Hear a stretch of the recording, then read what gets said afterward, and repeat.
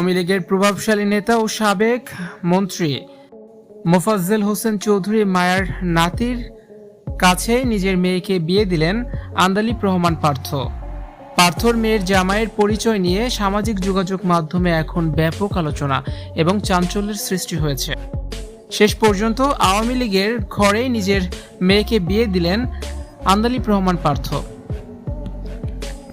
দেশের রাজনীতির মাঠে ব্যারিস্টার আন্দালিব রহমান পার্থ ও আওয়ামী লীগের সম্পর্ক অনেকটা তেল জলের মতো। রাজপথের প্রতিটি বক্তৃতায় আওয়ামী লীগের কঠোর সমালোচনা করা এই নেতার ব্যক্তিগত জীবনে এবার এক চমকপ্রদ মোড় নিয়েছে। নিজের কনিষ্ঠ কন্যা মাহাম রহমানকে তিনি বিয়ে দিয়েছেন আওয়ামী লীগের প্রভাবশালী এবং বিতর্কিত নেতা মোফাজ্জেল হোসেন চৌধুরী মায়ার নাতি মাহমুদুর রহমান দুরন্তর সাথে। এই বিয়ের মধ্য দিয়ে দেশের দুই বৈরী রাজনৈতিক মেরু যেন এক বিন্দুতে মিলিত হলো। পাত্র মাহমুদুর রহমান দুরন্ত শুধু আওয়ামী লীগের প্রভাবশালী নেতা মোফাজ্জেল হোসেন চৌধুরী মায়ার নাতিই নন, তার আরও কিছু চাঞ্চল্যকর পারিবারিক পরিচয় রয়েছে।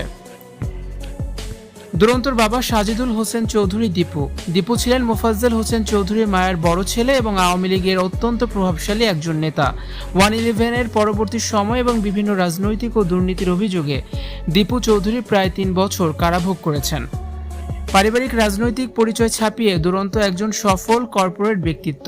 তিনি লন্ডনের একটি স্বনামধন্য বিশ্ববিদ্যালয় থেকে উচ্চশিক্ষা শেষে বর্তমানে দেশের অন্যতম শীর্ষস্থানীয় শিল্পগোষ্ঠী বেক্সিমকো গ্রুপের একটি বড় প্রকল্পে নীতি নির্ধারণী পদে কাজ করছেন।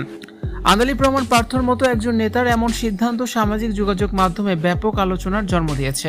সমালোচকদের বড় একটি অংশের মতে, পার্থ যেখানে বক্তৃতায় দুর্নীতির বিরুদ্ধে এবং আওয়ামী লীগের শাসনের বিরুদ্ধে আপোষহীন অবস্থানের কথা বলেন, সেখানে মায়ের পরিবারের মতো একটি বিতর্কিত রাজনৈতিক পরিবারের সাথে আত্মীয়তা অনেকের কাছেই দ্বিমুখী আচরণ হিসেবে মনে হচ্ছে। তবে পার্থর ঘনিষ্ঠ সূত্রগুলো বলছে, ব্যক্তিগত সম্পর্কের ক্ষেত্রে তিনি সবসময় রাজনীতির বাইরে চিন্তা করতে পছন্দ করেন।